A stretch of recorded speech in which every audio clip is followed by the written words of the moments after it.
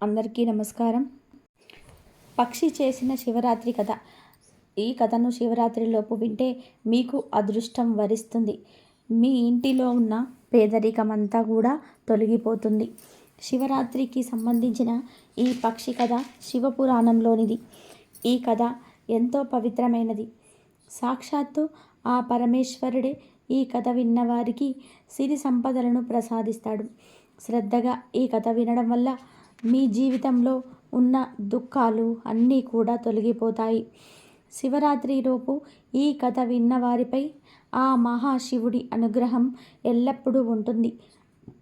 చాంద్రమానం Hindu calendar ప్రకారం ప్రతి నెల శివరాత్రి వస్తుంది. అయితే వీటిని మాస శివరాత్రి అంటారు. కానీ సంవత్సరంలో ఒకేసారి మాఘమాసంలోని కృష్ణపక్షంలోని చతుర్దశి నాడు మహాశివరాత్రి వస్తుంది. మహాశివరాత్రి పర్వదినం సాధారణంగా ఫిబ్రవరి నెలలో కానీ మార్చి నెలలో కానీ వస్తుంది. శీతాకాలం ముగింపు మరియు వసంతకాలం వేసవికాల ప్రారంభంలో శివరాత్రి వస్తుంది. మహాశివరాత్రి పర్వదినాన్ని శక్తి, ప్రేమ, ఏకత్వం యొక్క స్వరూపంగా భావిస్తారు. ఈరోజు మనం శివరాత్రికి సంబంధించిన ఒక పక్షి కథను విందాం. ఎక్కడా కూడా స్కిప్ చేయకుండా పూర్తిగా చూడండి. అలాగే మా వీడియో నచ్చితే లైక్ చేసి షేర్ చేయండి.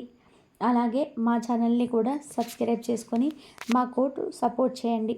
ఇక వీడియోలోకి వచ్చేస్తే, మహాశివరాత్రి వ్రతం చేసేవారు కానీ లేదా సోమవారం వ్రతం చేసేవారు కానీ ఈ కథను విన్నట్లయితే వారికి సకల శుభాలు కలుగుతాయి. త్వరలో మీకు అదృష్టం పడుతుంది. మంచి కర్మలు చేయడానికి ఈ కథ ఒక ప్రేరణగా ఉంటుంది. మనుషులు తమ జీవితంలో సన్మార్గంలో నడవడానికి ఈ కథ ఒక ప్రేరణగా ఉంటుంది. ఆ కథ ఏమిటి అంటే, ప్రాచీన కాలంలో ఒక నగరంలో ఒక సేటు మరియు అతడి భార్య ఉండేవారు. ఈ దంపతులకు దేనికి లోటు ఉండేది కాదు. ఆ నగరంలో అధిక ధనవంతులు ఎవరైనా ఉన్నారు అంటే అది ఈ సేటు మరియు సేటు గారి భార్య. ఆ నగరంలోని అందరికన్నా ఆస్తులు ఎక్కువ ఉన్నవాళ్ళు ఈ దంపతులు. కానీ వీరికి ఎంత ఆస్తి ఉన్నా కానీ వీరు ఇతరులకు ఏమీ ఇచ్చేవారు కాదు. దాన ధర్మాలు కూడా చేసేవారు కాదు. పుణ్యకార్యాలు, దైవ కార్యాలు కానీ చేసేవారు కాదు. వారి జీవితంలో ఎప్పుడు కూడా కనీసం ఒక్క మనిషి కడుపు నిండా అన్నం పెట్టింది కూడా లేదు. ఒకరి ఆఖరిని తీర్చింది లేదు. ఇలాంటి ఈ దంపతులకు సంతానం కూడా లేదు. ఆ సేటు ఇంటి దగ్గరలో ఒక చెట్టు ఉండేది. ఆ చెట్టుపై ఒక పక్షి కుటుంబం నివసిస్తూ ఉండేది. ఆ పక్షికి 2 చిన్న పిల్లలు ఉన్నాయి. పక్షి రోజు నగరంలోనికి ఆహారం కోసం వెళ్తూ ఉండేది. అక్కడ పడిన ధాన్యాలను, గింజలను తీసుకొని తన గూటికి చేరుతుండేది. వాటితో పిల్లల ఆహారాన్ని తీర్చేది. పక్షి రోజు నగరంలోనికి వెళ్ళి ఆహారం సేకరించి క్రమంలోని సేటు ఉన్న ఇంటికి కూడా వెళ్ళేది. కానీ అక్కడ ఆ పక్షికి ఒక్క గింజ కూడా దొరికేది కాదు. పక్షి తన మనసులో ఎలా అనుకుంటూ ఉండేది, పూర్తి నగరంలో పెద్ద ఇల్లు ఈ సేటుదే. సేటు చాలా ధనవంతుడు, కానీ ఇతను ఎటువంటి దానాలు చేయటం లేదు. కనీసం ఎవరికి భిక్ష కూడా వేయటం లేదు. ఏ జీవ జంతువులకు కూడా ఇతను సహాయం చేయటం లేదు. పక్షులకు ధాన్యం కూడా వేయటం లేదు. ఈ సేటు చాలా పిసినారి అని అనుకుంది. ఒకరోజు ఆ పక్షి తన గూడు నుండి బయలుదేరి ఆ సేటు ఇంటి వద్ద వాలింది. అదే సమయంలో ఆ సేటు మరియు అతని భార్య ఇలా మాట్లాడుకుంటూ ఉన్నారు.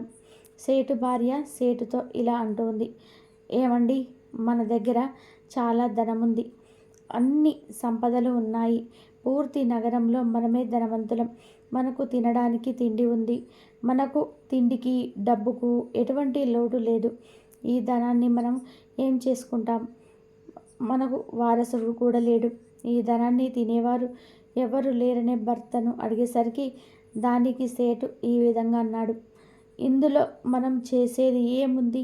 మన తలరాత అలా ఉంది. మన తలరాతలో పుత్రప్రాప్తి లేదు. ఎప్పటి వరకు మనం జీవించి ఉంటామో అప్పటి వరకు ఈ ధాన్యాన్ని తింటాము. అలా అని ఎవరి తలరాతలో అయితే ఈ సంపాదన అనేది తినాలని ఉంటుందో తర్వాత ఆ సంపదలను వారు తింటారు. ఈ విధానంగా ఆ దంపతులు మాట్లాడుకునేది ఆ పక్షి వింటూ ఉంటుంది. వారి మాటలు విన్నాక పక్షి అక్కడి నుండి వెళ్ళిపోతుంది. తన ఆహారాన్ని సేకరించుకొని తిరిగి మళ్ళీ గూటికి వెళ్తుంది. కానీ ప్రతిరోజు ఆ పక్షి సేటి ఇంటికి వెళ్ళి ఆ దంపతులు ఏం మాట్లాడుకుంటున్నారో వినేది. ఆ పక్షి చాలా మంచి స్వభావం కలిగి ఉండేది. దాని మనసు చాలా దయతో నిండిపోయి ఉండేది. ఆ సేటు భార్య కూడా ఆ పక్షిని చూస్తూ ఉండేది. ఆ సేటు భార్యకు ఆ పక్షి బాగా నచ్చింది. సేటుకు తెలియకుండానే కొన్ని గింజలను దాచి ఆ పక్షికి ఆహారంగా వేసేది. ఆ పక్షి ఆ ఆహారాన్ని తింటూ ఉండేది.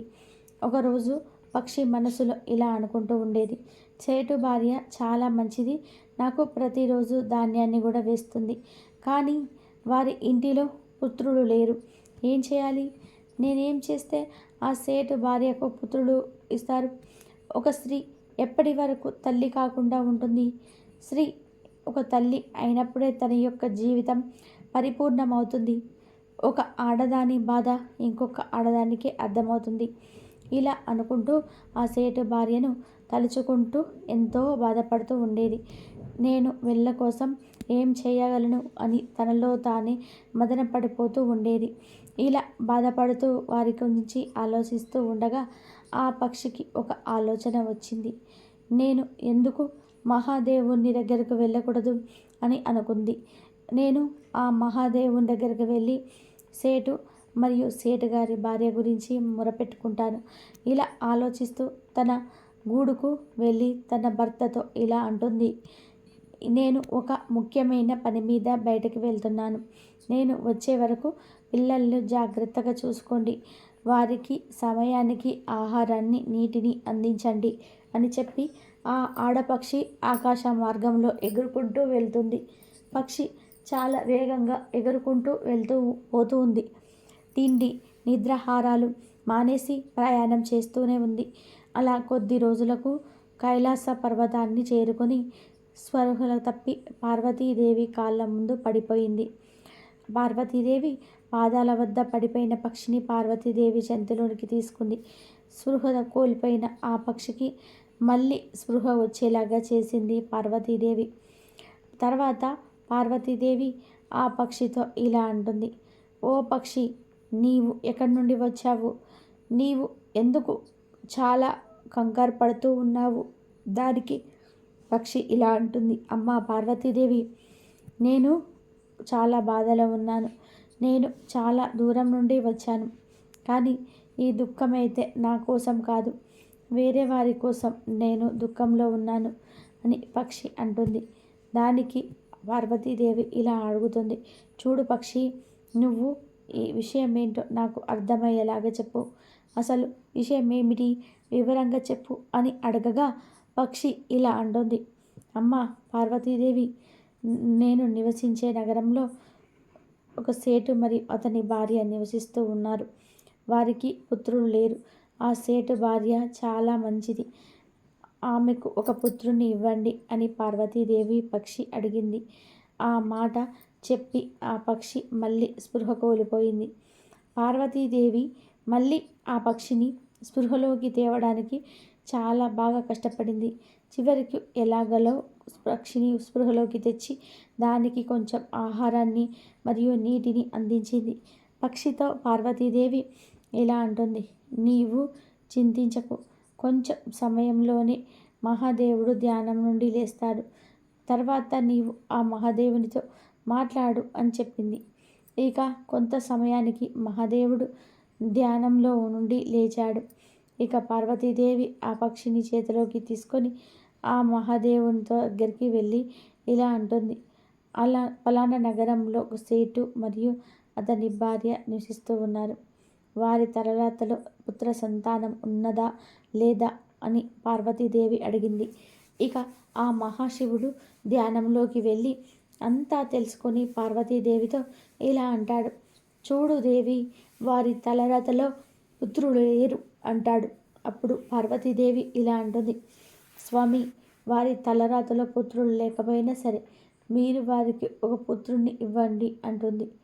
దానికి మహాదేవుడు ఇలా అంటాడు, చూడు పార్వతీదేవి, నేను మీకు వివరంగా చెప్పాను. అతని తలరాతలు పుత్రులు లేరు, అలాంటిది అతనికి పుత్రుని ఎలా ఇస్తాను అని అన్నాను ఆ మహేశ్వరుడు. దానికి పార్వతీదేవి ఇలా అంటుంది, చూడండి స్వామి, ఈ పక్షి చాలా దూరం నుండి వచ్చింది. ఈ పక్షి చాలా ఆశతో మన దగ్గరికి వచ్చింది. మనం సహాయం చేస్తే అనే నమ్మకంతోనే వచ్చింది. తనను ఖాళీ చేతులతో మనం పంపలేము అని అంటుంది. పార్వతీదేవి చెప్పిన మాటలకి విని మహాదేవుడు ఇలా అన్నాడు, చూడు పార్వతి, నీ ప్రతి మాట నెరవేర్చే బాధ్యత నాపై ఉంది.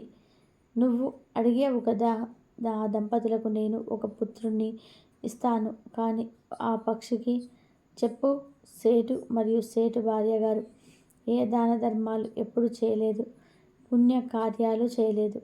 కానీ పుత్రుడు కలిగాక మాత్రం దాన ధర్మాలు మాత్రం చేస్తున్నారు. పురాణ కథలు చదవాలి, దైవారాధన చేయాలి, ఇంటికి భిక్ష కోసం వచ్చిన వారికి భిక్ష వేయాలి, భగవంతుడి నామస్మరణ చేయాలి అని చెప్పాడు. దానికి ఆ పక్షి ఇలా అంటుంది, చూడు దేవా, నేను నా తరపు నుండి పూర్తిగా ప్రయత్నమైతే చేస్తాను అని చెప్పింది. శివుడు చెప్పిన అన్ని మాటలను విని అన్నిటినీ అంగీకరిస్తుంది. ఇక పరమేశ్వరుడు తదాస్తు అని చెప్పి పక్షికి వరాన్ని ఇచ్చాడు. తర్వాత పక్షి ఆది దంపతులకు నమస్కరించి అక్కడి నుండి వెళ్ళి తన గూటికి చేరుకుంటుంది. అది జరిగిన కొద్ది కాలానికి సేటు భార్య గర్భం ధరించి ఒక పుత్రుడిని కంటుంది. వారు ఎంతో సంతోషంగా ఉంటారు. ఆ పుత్రుణ్ణి చేసి ఆ పక్షి కూడా చాలా సంతోషంగా ఉంటుంది. తాను పడిన కష్టాలకి తగిన ఫలితాలు వస్తాయని చాలా ఆనందిస్తుంది ఆ పక్షి ఇలా అనుకుంటుంది, ఈ నగరంలోని పెద్ద ధనవంతుడు ఆ సేటు తన పుత్రుడికి మంచి మంచి ఆహార పదార్థాలను తినిపిస్తాడు. ఏదో ఒకటి జారి కిందకు పడుతుంది, అది మాకు ఆహారంగా దొరుకుతుందా అని ఆలోచిస్తూ ఆ పక్షి చాలా సంతోషంగా ఉంటుంది. ఇలా ఉండగా 4 శివరాత్రులు గడిచిపోతాయి. 5వ శివరాత్రి వచ్చేసరికి ఆ పక్షి ఎంతో బాధగా ఉంటుంది. సేటు కొడుక్కి 5వ సంవత్సరం రాబోతుంది. కానీ ఈ సేటు మరియు సేటు భార్య ఎలాంటి పుణ్యకార్యం కానీ దాన ధర్మాలు కానీ చేయటం లేదు. వీరు దాన ధర్మాలు చేయకపోతే పుత్రుడు అల్ప ఆయుష్కుడు కాగలడు. అదే ఆలోచిస్తూ ఆ పక్షి చాలా దుఃఖంగా ఉంటుంది. నేను సేటు మరియు సేటు గారి భార్యకు ఎలా చెప్పాలి? వారికి నా భాష అర్థం కావటం లేదు. నేను ఏం చెయ్యాలి అని ఆలోచిస్తుంది. మళ్ళీ పార్వతీ పరమేశ్వరుల దగ్గరికి వెళ్ళాలని అనుకుంటుంది. ఈసారి పక్షి పిల్లలు పెద్దవి అవుతాయి. వాటితో తల్లి పక్షి ఇలా అంటుంది, నేను కొద్ది రోజులు బయటకు వెళ్తాను, మీరు జాగ్రత్తగా ఉండండి అని చెప్పి ఆకాశంలో ఎగురుకుంటూ కైలాసకి చేరుకుంటుంది. పార్వతీదేవి కాళ్ళపై పడింది. పార్వతీదేవి పక్షిని చేతిలోకి తీసుకొని ఇలా అంటుంది, చూడు పక్షి, నువ్వు ఏదైతే అడిగావో, ఎలా జరగాలని నువ్వు అనుకున్నావో అలాగే జరిగింది కదా, మళ్ళీ ఎందుకు ఇంత దూరం వచ్చావు అని అడిగింది. దానికి పక్షి ఇలా అంటుంది, తల్లి, నేను సేటు మరియు సేటు భార్యను సన్మార్గంలోకి తీసుకురావాలని రూపంలో విఫలమయ్యాను. వారికి ధర్మ మార్గంలోకి నేను పంపించలేకపోయాను. ఆ దంపతులు ఇదివరకు ఎలా ఉన్నారో పుత్రుడు జన్మించాక అలాగే ఉన్నారు. ఏ దాన ధర్మాలు చేయటం లేదు అని పక్షి బాధపడుతూ చెప్పింది. దానికి పరమశివుడు ఇలా అంటున్నాడు, చూడు పక్షి, వాళ్ళు ఇలానే ఉంటే వాడు పుత్రుడు అల్పాయుషు కదా అని చెప్పాడు. అది ఆ పక్షులు పార్వతీదేవికి పాదాల మీద పడి తలను కొట్టుకోవడం ప్రారంభించింది. అమ్మ పార్వతీదేవి, అలా జరగడానికి వీల్లేదు. వాళ్ళ పుత్రుడు దీర్ఘాయుష్మంతుడు అవ్వాలి. పక్షికి అర్థమైంది. ఏమైనా కావాలి అంటే పార్వతీదేవి పాదాల పడితే అమ్మవారి కోరికను పరమేశ్వరుడు ఖచ్చితంగా నెరవేరుస్తాడు అని అర్థమైపోయింది. అలా పక్షి పార్వతీదేవి పాదాలపై పడి తన తలను కొట్టుకోవడం మొదలుపెట్టింది. మళ్ళీ పార్వతీదేవి ఆ పక్షిని చేతిలోకి తీసుకొని, నువ్వు శాంతంగా ఉండు, నేను పరమేశ్వరునితో మాట్లాడతాను అంటుంది. చూడు తల్లి, నా సాయశక్తుల నేను ప్రయత్నం చేశాను. నా భాష వారికి అర్థం కావటం లేదు. నా మాటలను వారు పట్టించుకోవటం లేదు. దానికి నేనేమి చేయను తల్లి అని అంటుంది. మీరు మరియు మహాశివుడు అక్కడికి వెళ్ళి సేటు మరియు సేటు భార్యను సన్మార్గంలోకి తీసుకురండి అంటుంది. దానికి పార్వతీదేవి పరమేశ్వర్లు ఇలా అంటున్నారు. సరే పక్షి, అలానే చేస్తాను. మేము చాలా తొందరలోనే సేటు మరియు సేటు భార్య ఇంటికి వస్తాము అని అనగానే పక్షి నమస్కరించి తిరిగి తన గూటికి వెళ్ళింది. ఇక పార్వతీదేవి పరమేశ్వరులను సాధు రూపాల్లో సేటువారి ఇంటికి వెళ్ళి ఇలా అంటున్నారు. మీరు ఇప్పుడు మాకు భోజనం పెట్టకపోయినట్లయితే మీరు చాలా కష్టాలను అనుభవిస్తూ ఉంటుంది అని చెప్పాడు.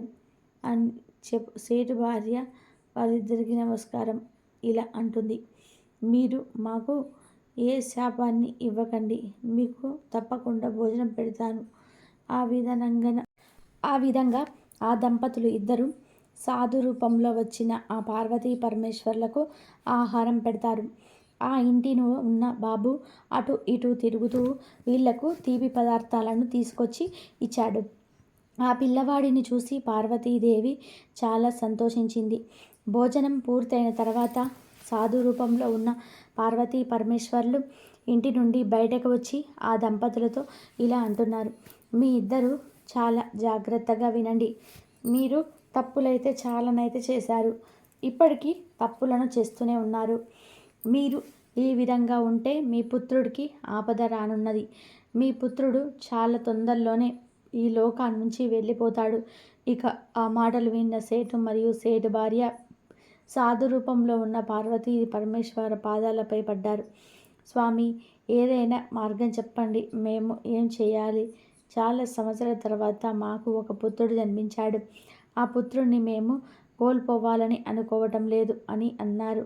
దానికి పరమేశ్వరుడు ఇలా అంటాడు. లేవండి, ధ్యాస పెట్టి వినండి. ఈ రోజు నుండి మీరు గుమ్మంలోకి ఎవరు వచ్చినా సరే వారిని ఖాళీ చేతులతో పంపించకండి. వాళ్లకు దాన ధర్మాలు చేయండి. అవసరంలో ఉన్న వారికి సహాయం చేయండి. మూగ జీవాలకు ఆహారం పెట్టండి. ధర్మ కార్యాలను చేయండి. మహాశివరాత్రి వ్రతాన్ని చేయండి. ఈశ్వరుని ప్రార్థించండి అని అన్నారు. మహాశివరాత్రి శివుడు కూడా చెప్పిందంతా విని భార్యాభర్తలు ఇద్దరు కూడా నమస్కరించుకొని సాధు రూపంలో ఉన్న పార్వతీ పరమేశ్వర్ల కాళ్ళపై పడతారు. స్వామి, మీ చెప్పిన విధానంగా చేస్తాము అని అన్నారు. అప్పుడు సాధు రూపంలో ఉన్న పరమేశ్వరుడు ఈ విధంగా అంటాడు. నిజానికి మీ తలరాతలో పుత్రుడు లేడు. ఒక పక్షి యొక్క కష్టం వల్ల మీ దగ్గర సంతానం కోసం కలిగింది. ఆ పక్షి ఎక్కడి నుండో కైలాస పర్వతం దగ్గరకు వచ్చింది. పరమేశ్వరుని వేడుకుంది. ఆ పక్షి యొక్క కష్టం వల్ల మీ ఇంటిలో ఒక అందమైన పుత్రుడు ఆడుకుంటున్నాడు అనేసరికి అది వినే సేటు మరో సేటు భార్యతో ఇలా అడుగుతున్నారు. స్వామి, ఆ పక్షి ఎవరు అని విడిగా అడిగారు. అప్పుడు ఆ పక్షి అక్కడికి వచ్చింది. సాధు రూపంలో ఉన్న పార్వతీ పరమేశ్వర్లకు నమస్కరిస్తుంది. పార్వతీ పరమేశ్వర్లు సేటు ఇంటి దగ్గరకు వచ్చిన రోజే మహాశివరాత్రి. ఆ సేటు ఇంటి లోపల పార్వతీ పరమేశ్వర్లు నిజరూప దర్శనం చేశారు. సేటు ఎట్టు మరియు అట్లమైన ఆ పక్షి యొక్క శివరాత్రి సంపూర్ణమయ్యింది. చాలా ఆనందంతో సంతోషంగా ఆ శివరాత్రి దాకా పండుగని జరుపుకుంటారు. మహాశివరాత్రి వ్రతాన్ని చేస్తారు. అవరక్షి కూడా శివరాత్రి వ్రతాన్ని చేస్తుంది. మహాశివుడిని కూడా దర్శించుకొని వారు ఎంతో రోజు కలుసుకుంటాను. ఎవరైతే మహాశివరాత్రి వ్రతాన్ని చేస్తారో వారికి ఆ మహాశివుడి కృప ఎల్లప్పుడూ కూడా ఉంటుంది. గ్రామంలో మధుసూదనుడు అనే బ్రాహ్మణుడు ఉండేవాడు. అతడు మిక్కిలి దరిద్రుడు అగుటచే భిక్షమెత్తుకొని జీవించేవాడు. ఆ బ్రాహ్మణునకు ఒక కొడుకు జన్మించెను. కానీ తల్లి పాలు లేనందువలన ఆ పిల్లవాడి రోజు రోజుకు కృషించుచూ ఉండెను. బాలుడు కృషించుచున్నందువలన ఆ బ్రాహ్మణ స్త్రీ పెనిమిటితో, అయ్యా, నేను చెప్పిన సంగతి శ్రద్ధతో వినండి. పిల్లవాడికి పాలు నిమిత్తం పాలు గల ఆవునొకటి తీసుకురండి అని అంటుంది. ఆ మాట భర్త విని, ఓ శ్రీరత్నమ్మ, నీకు వెర్రి పట్టినదా? మనము చూడగా బీదవారము. పాలు అలా ఆవు ఎలా దొరుకుతుంది? ధన రత్నములు మనకు లేవు. నేడు లోకులకు ధన్యత ఎలా పొందుతాను? ఎవరు ధన సంపదలు కలిగి ఉంటారో వారికి లోకమంతా మర్యాదలు చేస్తున్నారు. వారికే అంతా భయపడతారు. బ్రాహ్మణులకు సైతం ఆస్తి పాస్తులు ఉంటేనే దాన ధర్మాలు కూడా ఎక్కువగా చేస్తుంటారు. నా వంటి పేదవారిని ఎవరు అడుగుతారు అని బ్రాహ్మణుడు చెప్తున్నాడు. ఆ మాటలు విని భార్య దుఃఖిస్తూ ఉంటుంది. ఓ బ్రహ్మదేవుడా, నా వంటి బీదవాడి ఇంట్లో ఈ బిడ్డను ఎందుకు పుట్టించావు? ఏ తిని బ్రతుకుతాడు ఈ బిడ్డ? ఈ శిశువు హత్య నాకు చుట్టుకుంటుంది అని దుఃఖించుచూ ఉండగా ఆ పిల్లవాడి ఘోష చూసి ఏమీ తోచక ఆ బ్రాహ్మణుడు చింతాక్రాంతుడై విచారించి తన ఇంటిలో కమండలము వగైరా చిల్లర సామాన్లు తీసుకొని సంతకు వెళ్తాడు.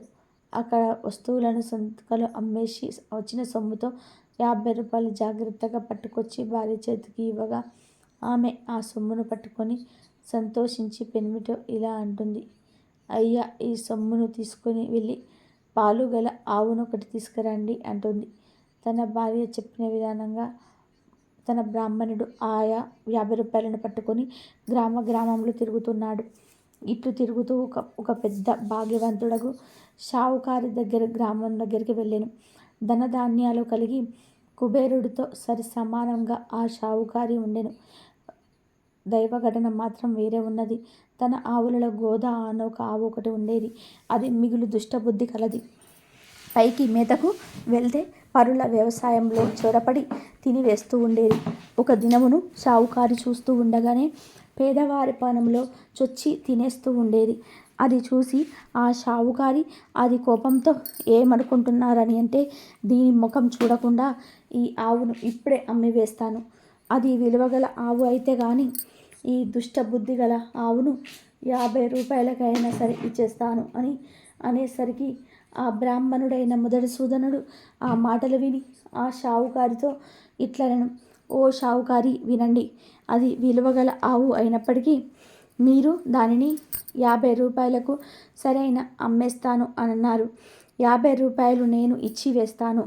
ఆవును దూడను రెండును ఇప్పించండి అని అనగానే ఆ షావుకారి బ్రాహ్మణ్ణి చూసి, నీకు వెర్రి పట్టినదా? విలువగల ఆవును 50 రూపాయలకు పట్టుకొని పోతావా అని అనను. మరల మధ్యలో విచారించి తెలియక అనివేసినాను. ఈ బ్రాహ్మణుడు ఎక్కడి నుండి వింటున్నాడో ఏమిటో. ఆ ఆవుని ఇవ్వకపోతే నాకు అసత్య దోషము ప్రాప్తించును అని బ్రాహ్మణులకు అంతా అణిచివేయగా బ్రాహ్మణుడు ఆవిడి తోలుకొని అతడి నుంచి బయలుదేరి తన ఇంటికి చేరుకున్నాడు. ఆ ఆవును చూడగానే బ్రాహ్మణ స్త్రీ ముఖం చంద్రుడు చూసిన కలువ వలె ప్రకాశించబడింది. ఆమె వెంటనే పాలపిండి తన కుమారుతో పోసి బహు సంతోషము పొందినది. ఇటు కొన్ని నెలలు పోయినప్పటికీ ఒకరోజు ఆ ఆవు మేతకు వెళ్ళి తిరిగి రాలేదు. పొద్దుపోయిన వేళ అయింది. అయినా రాకపోయేసరికి బ్రాహ్మణుడు వెతకబోయెను. వీధులలో సమీపంన ఉన్న వ్యవసాయ పొలంలో చూశాను. ఆవు కనిపించకపోయేసరికి తెల్లవారేసరికి నిద్రలేకొని ఆవును వెతుకుటకై కొంత దూరం నడిచి వెళ్ళి త్రోవలో ఒక పెద్ద చెట్టును చూశాను. అది ఒక మర్రి చెట్టు. మధుసూదనుడు ఆ చెట్టు దగ్గరికి వెళ్ళినాడు. బ్రాహ్మణుడికి తెలియని ఏమిటి అంటే ఆ చెట్టు పైన 3 మనుషులు కూర్చున్నారు. వారు ఎవరు అనగా బ్రహ్మ, విష్ణు, మహేశ్వరులు. వారే త్రిమూర్తులు. అటువంటి చెట్టు కింద బ్రాహ్మణుడు కూర్చొని ఆయాసం తీర్చుకొని పోల్చు ఉండగా త్రిమూర్తుడు బ్రాహ్మణుడు పిలిచి, ఓ బ్రాహ్మణుడా, నీవు నీ మనసును ఎందుచేత దుఃఖము కలిగి ఉన్నావు? నీవు ఎక్కడికి వెళుచున్నావు?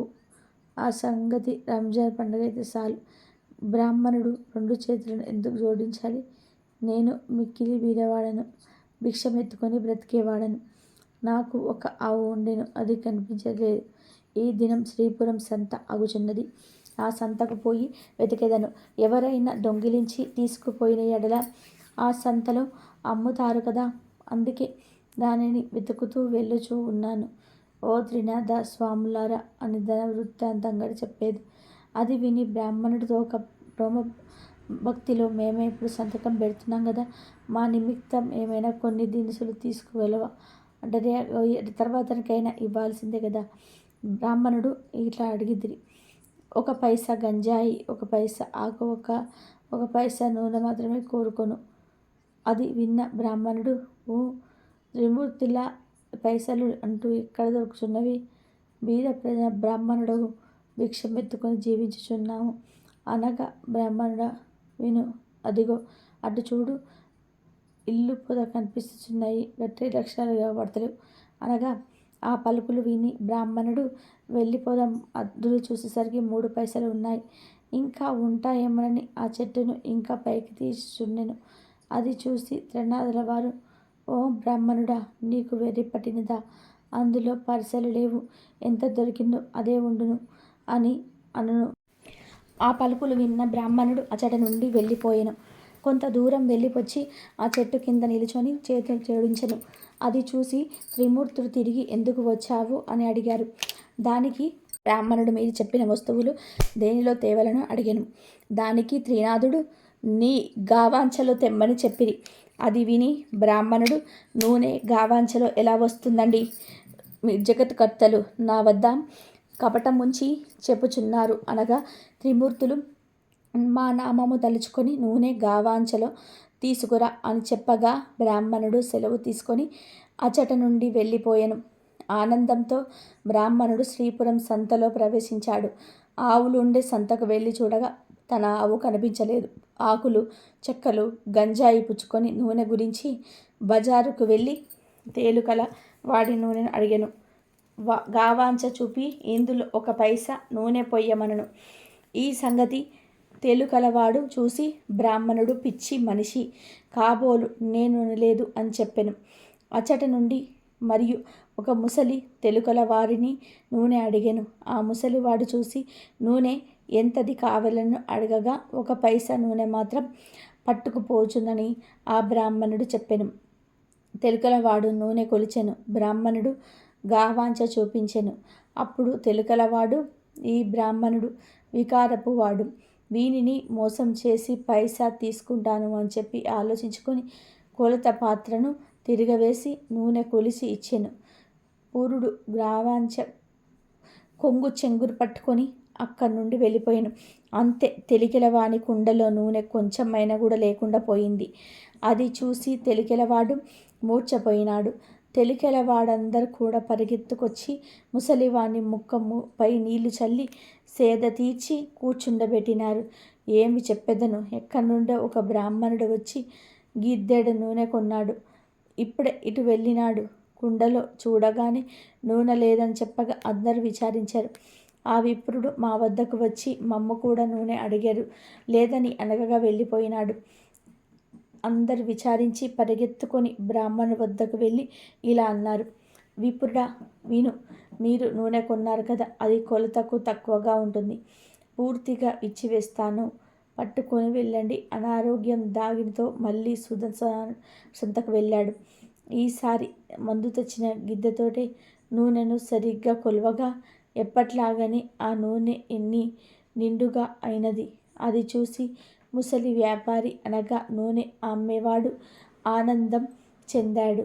విప్రుడి దావాంచలో చెప్పుడు ఉంచాడు. అది పట్టుకొని విప్రుడు వెళ్ళిపోయినాడు. అలా బ్రాహ్మణుడు త్రిమూర్తుల దగ్గరికి వెళ్ళి వారికి సామాన్యులు ఇచ్చి వేస్తే సెలవులు అడిగినాటికి సెలవు అడగగానే త్రిమూర్తులు విప్రునితో ఏమన్నారంటే, ఓయి, నీ కష్టము చూసి మా మదిలో దయ కలిగినది. ఒక మాట విను, నీవు త్రినాథుల పూజ చేస్తే నీ దరిద్రము పటాపంచలై అధిక సంపదలను కలుగునని త్రినాథులనగా, అది విని బ్రాహ్మణుడు, స్వామి, ఏ ఏ వస్తువులతో మిమ్మల్ని పూజ చేయాలి అని అడగగా త్రినాథులు ఇలా అన్నారు, ఓ ద్విజుడా వినుము, మా పూజకు అధిక ద్రవ్యము అక్కర్లేదు, కొంచెంతోనే తృప్తి పొందుదుము. ఇప్పుడు నీవు తెచ్చిన 3 పైసల సామాగ్రి చాలుము.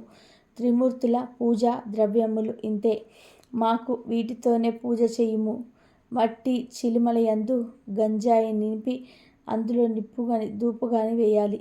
దీప ప్రమిదలు 3 వేసి అందులో చమురు వేసి ఒత్తులు వేసి ఆ చెక్కలు జాగ్రత్త చేసి వంచి రాత్రి తొలిజాములోని నీ ఇంటిలోకి నే స్నేహితులను పిలిచి పూజా ద్రవ్యములు తెచ్చి అచట ఉంచి సకల పదార్థములను స్వామిలో వారికి సమర్పించవలను. అలా చేస్తే సకల పాపములు నశించును అని త్రిమూర్తులు మధుసూదుడితో చెప్పాను. అది విని మధుసూదనుడు పూజ చేయుటకు ఉపయోగించాడు. చెట్టు మొదటనే పూజ ఆరంభించి గంజాయి ముందు తయారు చేయబడ్డాడు.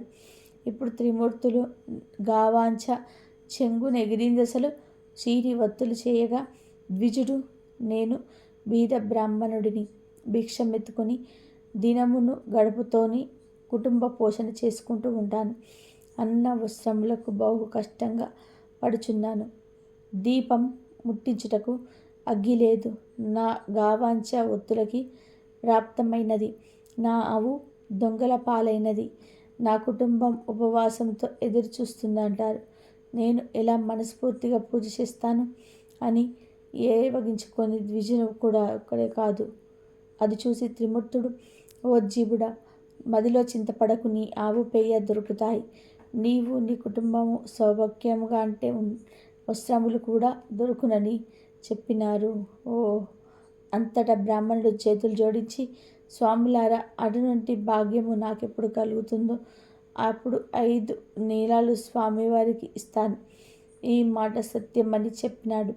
దీపం వెలిగించుట కొరకు అగ్గిలేదే, నేను చేయగలను అను త్రిమూర్తులు ఓ బ్రాహ్మణ, ఈ 2 నేత్రములు మూసుకో అన్నారు. వెంటనే బ్రాహ్మణుడు నేత్రములు మూసుకోగా అకస్మాత్తుగా దీపం వెలిగినది. అది చూసి బ్రాహ్మణుడు ఆనందించి స్వామికి మేలు సమర్పించాడు.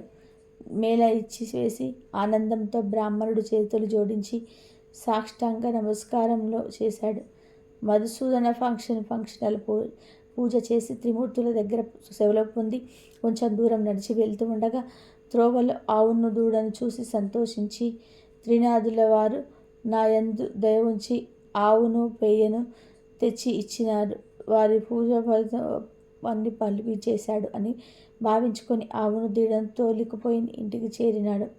చూడగా తన ఇంటిలో సిరి సంపదలు పరిపూర్ణంగా ఉండాలి. అది చూసి అధికంగా సంతోషము పొంది కడు శ్రద్ధతో పూజ ఆరంభించాడు. చేయవలసిన శాంకరి కార్యక్రమంలో అందరికీ విజదంగా తెలియజేశారు. స్నేహితులను రప్పించి వెనుకటి వలన మేళ సమర్పించాడు. మేళ చేయు పద్ధతిని అందరికీ చెప్పగా అంతా ఒప్పుకున్నారు. ఆ రాజ్యంలో ఉన్న ప్రతి ఒక్కరు త్రినాథ పూజ చేశారు. అందరి ఇండ్ల యందు సుఖ సంతోషాలు నిండెను. దానివల్ల సావుకారులు అందరు కూడా వ్యాపారంలో మూసివేసినారు. అందరి రాజు వద్దకు వెళ్ళి ఫిర్యాదు చేశారు. వారిని చూసి రాజు మీరందరూ ఎందుకు వచ్చారు అని అడగగా, అయ్యా దయచేసి మా ఫిర్యాదు మీరు వినండి. మధుసూదనుడు అని బ్రాహ్మణుడు ఒక భిక్షమెత్తుకొని జీవించేవాడు. వాడు శ్రీపురం వెళ్ళి వచ్చేసరికి త్రినాథం మీద ఆచరించేవాడు. త్రినాథులు ఏ దేవతలు వాళ్ళ బ్రాహ్మణుడు పూజించగానే సకల సంపదలు అతనికి కలిగినవి. ఊరిలోనున్న రైతులందరూ కూడా త్రినాథ మేళ చేసినారు. గుడ్డివారు కుంటివారు అందరూ కూడా ఈ మేళను చేసినారు. అందరూ మోక్షమందినారు. ధనధాన్యాలు కలిగి కుబేరునితో సమానమైపోయినారు. మా వ్యాపారములు పోయినవి. ఇలా అయితే మా క్రియ విక్రయములు ఎలా జరుగుతాయి అని చెప్పగా రాజు ఆ మాటలు విని చాలా కోపం తెచ్చుకొని సకల జనులను పిలిచి కోపంతో ఇట్లన్నాడు. త్రినాథులు అనే దేవతలు ఏమి దేవతలు? వారిని మీరు ఎందుకు పూజిస్తున్నారు? నేను చెప్పుచున్నాను కదా వినండి. ఆ పూజ మీరు చెయ్యకూడదు. నా మాట కాదని ఆ పూజ ఎవరు చేస్తారో వారికి 500 రూపాయలు జరినామా ఇచ్చి 6 మాసాలు ఖైదీలో ఉండవలసి ఉంది అని రాజుగారు చెప్పారు. అట్లు కాదని మీరు పూజ చేసిన ఎడల సోలం చేయబడినని రాజుగారు ప్రజలందరికీ కూడా తాకి ఇచ్చి పంపినారు. ఈ సంగతి త్రినాథుల వారికి తెలిసింది. ఆ రాజునకు దండన విధించినారు. దాని ఫలితంగానే రాజకుమారుడు చనిపోయినాడు. నగరంలో ఏడుపు ఘోష వినబడుతూ ఉన్నది. ప్రజలందరూ రాజు వద్దకు పరిగెత్తుతున్నారు. రాజు దైవకృప తప్పటం వల్ల తమ కుమారుడు చనిపోయాడని అనుకుంటున్నాడు. కుమారుడు ముఖం చూస్తే రాజు ఏడుస్తున్నాడు. తల్లి, బంధువులు మొదలగు వారందరూ దుఃఖించుచున్నారు. దహనం చేయుటకై స్వర్ణ భద్రా నది తీరమందు ఆ శవము నుంచినారు. రాజు భార్యను చూసిన త్రినాథులకు దయ కలిగినది. రాజకుమారుని బ్రతికిస్తే మనకు పేరు ప్రఖ్యాతలు కలుగునని బాగు ఆలోచించి బ్రాహ్మణ రూపంలో ఆ శ్మశానానికి వచ్చారు. ఆ బ్రాహ్మణుడు రాజును వారి సమూహమును చూసి, మీరందరూ ఈ నది తీరమునకు ఎందులకు వచ్చినారు? ఈవేళ విచారించుచూ ఉన్నారు. ఎలా విచారముగా కూర్చున్నారు? ఈ పిల్లవాడి ఎందుకు పడుకొని ఉన్నాడు? ఇతని శరీరంలో చల్లదనం కలదే అడగగా అంతా త్రిమూర్తులతో ఇలా అన్నారు. నీతో ఏమి చెప్పగలం? రాజకుమారుడు చనిపోయినాడు. ఆ రాజే మీతేమి జోస్యం చేసెను, కానీ ఇతడు చనిపోయినాడు అనగా ఈ కుర్రవాడు చనిపోలేదు. త్రినాదుల వారికి రాజు అపరాధం చేసినందున ఈ చావు కలిగినది. ఇప్పుడు మీరందరూ త్రినాదులను పూజించితే ఈ బాలుడు లేచి కూర్చుంటాడు. మా మేల చేయుటకు రాజు ఒప్పుకున్నట్లయితే ఈ రాజకుమారుడు బ్రతుకుతాడు అని చెప్పి త్రినాదమూర్తులు అదృశ్యులైనారు. అందరూ వారి మాటలు విని త్రినాథస్వాముల పేర్లు ఆ రాజతనయుని చెవిలో చెప్పినారు. 7 మేళలు చేయుటకు ఒప్పుకున్నారు. అలా ఒప్పుకోగానే రాజకుమారుడు లేచి కూర్చున్నాడు. అది చూసి అందరినీ సంతోషంతో పొందినారు. అప్పుడు త్రిమూర్తుల పేరు మాటి మాటికి స్మరించారు. అందరి నోట్ల నుండి వెలువడిన పలుకులు సముద్ర గర్జన వలె వినిపించినవి. అటువంటి సమయం ఒక వర్తకుడు ఆ ఊరి మీదుగా తన ఓడలలో విదేశములకు సరుకులను తీసుకువెళ్తూ ఉండెను. ఆ ఓడను నడిపించుకొని స్వర్ణ భద్రనది తీరమునకు ప్రవేశించినాడు. గోస చేసిన స్థలం దగ్గరికి వెళ్ళినాడు.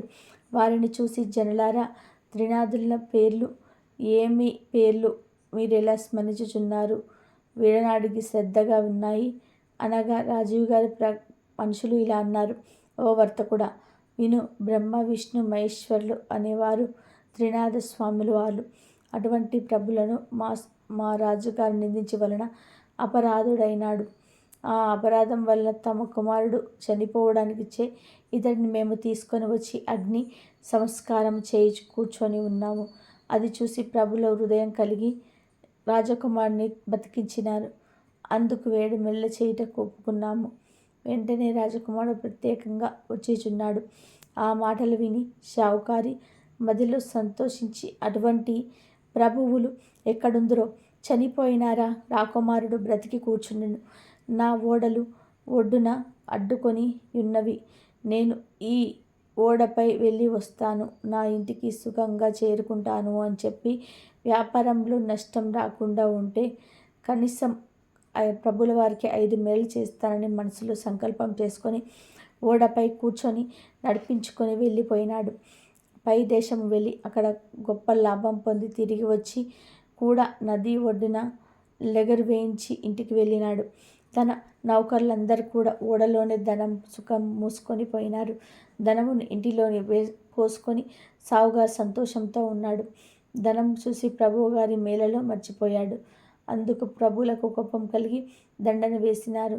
దాంతో ఓడిన మునిగి నౌకర్లు ఓడలో నుండి బయటకు తీసుకొచ్చిరి. అది తెలిసిన అతడు కూడా భూమిపై పడి గోల పెట్టినాడు. మరికొంతసేపటికి తెలివి తెచ్చుకొని ఏడుస్తూ ఉండగా ఆకాశంలో నుండి త్రినాదులు, నీవు మాకు మేలలు ఇచ్చావు, అందుచేతనే ఓడ మునిగిపోతుంది. నీవు 5 మేలలు సమర్పించినట్లయితే నీ ఓడ నీకు వస్తుంది అని సెలవిచ్చారు. అది విని షావుకారి మదిలో దుఃఖించి, ముందు నేను సంకల్పము చేసి ఉంటిని, ప్రభువుల మహిమలను మర్చితిని, ఇప్పుడే త్రినదుల వారికి మేల ఇస్తాను అని చేయించుకొని మేలకు కావలసిన సామాగ్రి తెప్పించి స్నేహితులను రప్పించి ప్రభువుల వారికి మేల సమర్పించి ప్రార్థించాడు. నీటిలో మునిగిపోయిన ఓడ వెంటనే పైకి తేలినది. అది చూసి పట్టలేని సంతోషం పొందెను. పరిచారికలు, నౌకరులు ఓడలు మిగిలిన ధనమంతా ఇంటికి తీసుకుపోయినారు. ధనము మోయించి షావుకారు ఇంట్లో ప్రవేశించెను. గంజాయి ఆకులు, చెక్కలు అన్ని స్వామివారికి మేల సమర్పించి సాష్టాంగ దండం ప్రణామములు చేసినారు. త్రినాథన స్వామివారి మేళ గురించి ప్రకటనలు పంపించినారు. మేళను చూసుటకు అంతా వస్తూ ఉన్నారు. ఇట్టి స్థితిలోని గుడ్డివాడొకడు త్రోవనున్న పోయేవారితో, అన్నా, మీరెవరు? మీ పేరేమిటి? మీరెక్కడికి వెళ్ళుచున్నారు అనను. వారు మేళ చూసుటకు వెళ్తున్నామని చెప్పారు. అది విని గుడ్డివారు, నాకు కంట్లో కానరావు, మీరందరం నిద్రలో చూస్తారు, దీనికి దేంతో చూస్తాను అని అనగా గుడ్డివాడ త్రినాథ స్వామి వారిని భజింపుము, నీ కన్నులు బాగుంటాయి కదా, డబ్బుల వారి మహిమ చూడవచ్చునని వారంతా మేళ వద్దకు ప్రవేశించారు. పురిటివాడలు ఆ త్రోవలో కూర్చోనిలే స్వామివారి భజన చేయిచుండగా కొంచెం ముందు కన్నా కనిపించినది. అప్పుడు గుడ్డివాడు కొంత దూరం పోయినాడు. దారిలో ఒక పొట్టవాడు కూర్చొని అన్నాడు. ఆ పొట్టవాడు గుడ్డివాడిని చూసి, నువ్వు గుడ్డివాడవు, ఇంత కష్టంతో ఎక్కడికి వెళుచున్నావు అని అడిగాను. అప్పుడు గుడ్డివాడు, అన్నా, నీ మేళను చూసుటకు వెళ్తూ ఉన్నాను అని చెప్పి ఆ మాటలు పొట్టవాడు విని, స్వామివారి దయ నా మీద లేదు, కాళ్ళు చేతులు పొట్ట, నేను ఎలాగునా నడవగలను, నీకు కాళ్ళున్నవి, దేక్కొని వెళ్ళగలవు అని అంటాడు. అంతటి గుడ్డివాడు, నీవు త్రినాథ స్వామి వారిని ప్రజింపుము, నీ కాళ్ళు చేతులు బాగవుతాయి, క్షణంలో ఇద్దరం కలిసి వెళ్ళిపోదాము, నేను కేవలం గుడ్డివాడిని, ఏమాత్రం కన్నులు కనిపించటం లేదు, కిరణాల స్వామి వారిని భజించినాను కనుకల నీకు కనిపిస్తున్నాయి, వాళ్ళచే నీవు కూడా స్వామివారిని భజించిన వాడివైతే నీ బాధల నివారణ చేస్తాను అని చెప్పగా త్రినాథ త్రినాథ అని భజించాడు. గుడ్డి అన్న, నీకు కాళ్ళు ఉన్నవి, నడవగలవు, నేను ఎలాగూ నడవగలను, నన్ను నీ భుజం మీద కూర్చునబెట్టుకొని నెమ్మదిగా నడిచి వెళ్ళుము, నేను త్రోవ చూపుతూ ఉంటాను, నిశ్చయంగా ఇద్దరం వేళకు చేరుకుందాము అని పొట్టవాడు చెప్తాడు. కానీ మాటలు విని గుడ్డివాడు పొట్టవాడిని భుజంపై కూర్చోబెట్టం మెల్లగా నడిచిపోతూ ఉన్నది. మధ్యలో కుంటివాడు నేత్రాలు ఎప్పుడు కూడా నిర్మలంగా కనిపించుచున్నవి. అనగా పొట్టవాడు, అయ్యా, నీది ఇప్పుడు నడవగలుగుతున్నాము అని చెప్తాడు. ఈ విధంగానైతే కొట్టవాడని గుర్తుకుందా శ్రీనాథ స్వామి వారి మేళకు ప్రవేశించినారు. మేళ జరుగు ప్రవేశమునకు నిత్యము ఒక వైష్ణవుడు వస్తూ ఉండేవాడు. అతను త్రినాథ మేళ చెల్లకుండా ఎప్పుడు కూడా వెళ్ళిపోకుండా ఉండేవాడు. అతను ఈ పొద్దు మన స్థానమందు కూర్చుండబెట్టవద్దు అని అనుకొని మేళ చేయి వారంతా కూడా వైష్ణవుడు రాగానే చూసి మేళ చెల్లించకుండానే నీవు వెళ్ళుచూ ఉన్నావు కాబట్టి నేను మేళ వద్దకు రాకుండా ఆపు చేయనడమైనది అని చెప్పగా ఆ వైష్ణవుడు, నాయనలారా, నా అపరాధము క్షమించండి, ఇక నుండి మేళ కాకుండా వెళ్ళను, నేను నికరముగా చెప్పుచున్నాను, నా గురువు ఎక్కడికో వచ్చినా సరే విడిచి వెళ్ళను అని అంటాడు. అప్పుడే గురువు వచ్చి వైష్ణవుని ఇంటిలోనికి వెళ్ళినాడు. నా శిష్యుడు ఎక్కడికి వెళ్ళినాడు, ఈరోజు నాతో ఎందుకు రాలేదు, వైష్ణవు గురించి తన తల్లినే అడిగినాడు. అప్పుడు అతనితో ఆమె మేళ వద్దకు వెళ్ళినాడు, అందుకే గురువు మేళ ఎవరని చెప్తుంది. అందులకు ఆ ముసలి ఆమె త్రినాథుని మేళ అని చెప్పినది. ఆ మాటలు విని గురువు అక్కడ చూడగా అంతా స్వామివారిని ప్రత్యేక శ్రద్ధలతో పూజ చేస్తూ ఉన్నారు. అది చూసి గురువుకు కోపం వచ్చి బాగా తిట్టి మేళ స్థలమును సామాగ్రిని కాలితో తన్నివేశారు. తర్వాత వైష్ణవుని పట్టుకొని బరబర లాక్కుపోయారు. కొంత దూరం వెళ్ళేసరికి బోరున వర్షం కురియసాగినది. కటిక చీకటి కావడం వల్ల త్రోవ కనిపించటం లేదు. గురు శిష్యులు చల్లా చెదురై అతి కష్టం మీద గురువుగారి ఇంటికి చేరుకోమను గురువు ఇంటిలో చేయగా అతని తల్లి గడప పెద్ద కూర్చొని ఏడుస్తూ ఉన్నది. అందరూ ఆశ్చర్యపోయిలో తనకు భార్య కుమారుడు చనిపోయాడు. వారిని చూసి గురువు మర్చిపోయిన శిష్యుడు పట్టుకొని లేపి కూర్చుండబెట్టినాడు. ముఖంపై నీళ్లు చల్లి, అయ్యా, తమరు త్రినాథ స్వామివారికి అపరాధం చేశారు, త్రినాథ మేళను పాడు చేసినారు, అందుకే మీకు ఈ దుస్థితి కలిగినది.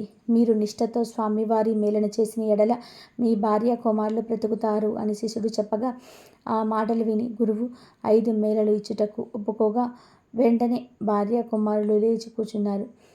శ్రీనాథ మేళ పాడు చేసినందుకు నాకు తగిన శిక్ష వేసినాడు స్వామి, నేను మూర్ఖుడను, అధముడను, ప్రభుల వారి మహిమ తెలుసుకొనలేకపోతిని అని ప్రభుల వారికి క్షమాపణ వేడి మేళలకు కావలసిన పదార్థములు యావత్తు తెప్పించి అందరితో కలిసి మేళ సమర్పించాడు.